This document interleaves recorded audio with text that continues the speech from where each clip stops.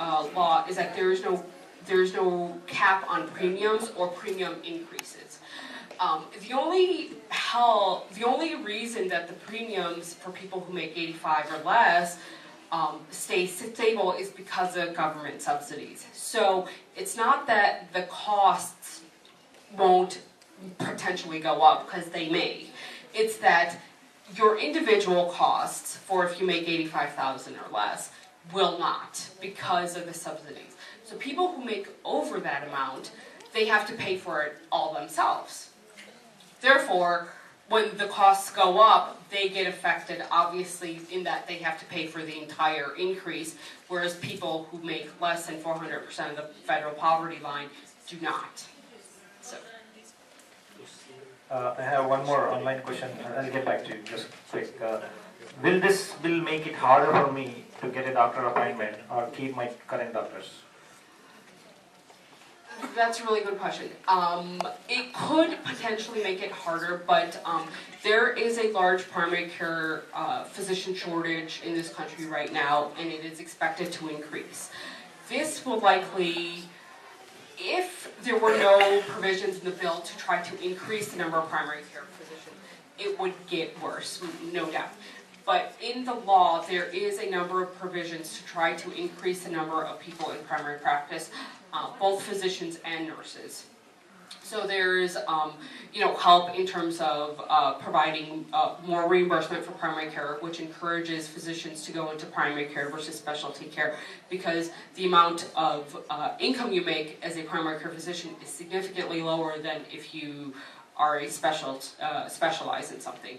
So if you increase reimbursement for primary care, hopefully more potential medical students will decide to go into primary care versus specialty care, which will help with the shortage. But the other thing is that there will be additional monies available for training of physicians and nurses. So increase the number in general of physicians and nurses and other health practitioners.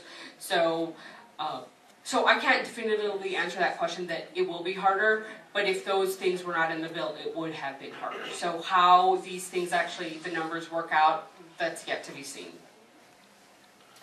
Assalamu alaikum. I had a couple of questions. I wanted your comment on that. When I saw this healthcare bill, there were two concerns that I had. One was this shortage of physicians, because that would create a lot of difficulties for people getting appointments. We're already seeing some of that. The other one, and you answered that, but the other one that I wanted to ask you is, is there anything in there to control the cost itself? Like they always talk about wastage in Medicare and so on and so forth.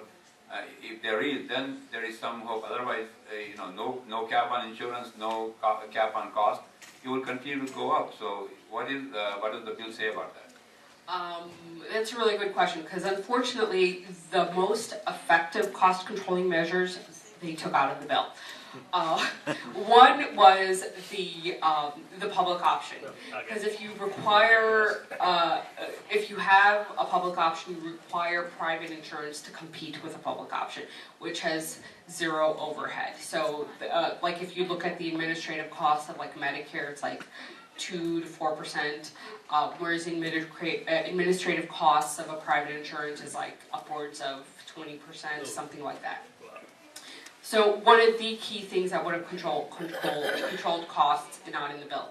And then a number of other things that would have truly controlled costs are also not in the bill. For instance, allowing Medicare to negotiate drug prices directly with pharmaceutical companies is not in the bill, which would have controlled costs, because if a large purchaser like Medicare can go into a pharmaceutical company and say, and negotiate the cost of the drug based on a large bulk purchase, which is what they would do, it would bring the costs down. That is not in the bill because the pharmaceutical companies fought very hard to make sure there was no drug negotiations in the bill. And to compromise, they are offering $80 million over 10 years, or $80 billion over 10 years as the excise tax, which, that's great, but the drug negotiation would have been better. And so there's a number of things like that in the bill that, had they been in the bill, it would have been significantly better in controlling costs. So you're absolutely right in that I don't know that if costs will be significantly controlled, and there will likely be continued increases in like the cost of drugs and premiums and things like that. So Tylenol is still going to cost you $25. You go ask. Yeah, my question is why the Republican Party en bloc totally against of this this bill? That's totally political. I mean, they've decided to not to block pretty much anything the president has done because they think that they can, by doing that, they will win more seats in November. So. One more online question. I keep hearing that the bill costs nearly $1 trillion, 950 billion plus 4 billion tax credits in the first 10 years. How is reducing the deficit?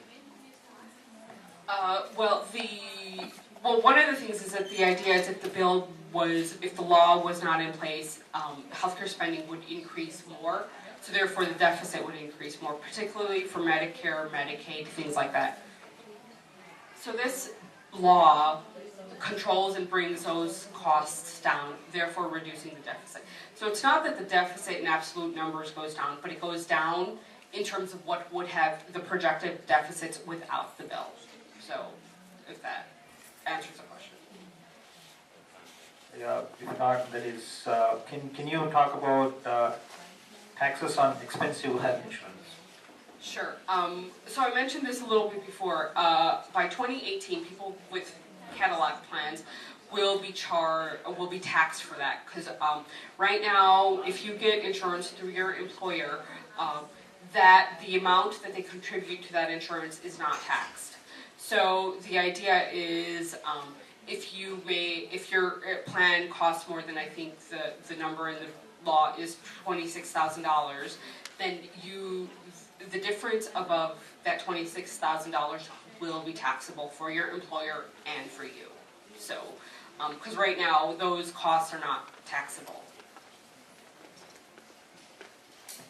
Any more questions, comments? If not, I have a couple more from online. What are healthcare exchanges? So, and I kind of mentioned this earlier as well. So, an exchange will be like a marketplace, most likely online, where people can go and compare different health plans and buy a particular health plan. And the best example I could give is like something like what you do for when you're trying to purchase a flight. You go on, whether it's Travelocity or Expedia or whatever, and you put in what you're looking for, and they give you a number of options that meet your criteria. That will be, the idea is the same, where you will be able to go online to this health exchange, this marketplace, and put in what it is you're looking for, and you will be given a number of options that meet your criteria and the costs associated with it. One more.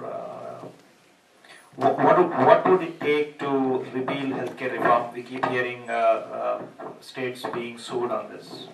So there's two questions. One is for the repeal of the healthcare reform is unlikely, because even if the Republicans gained seats in the November midterm election, they will most likely not have a veto, a majority such that they can over that. Well, first of all, the president would never veto the bill, so there's no way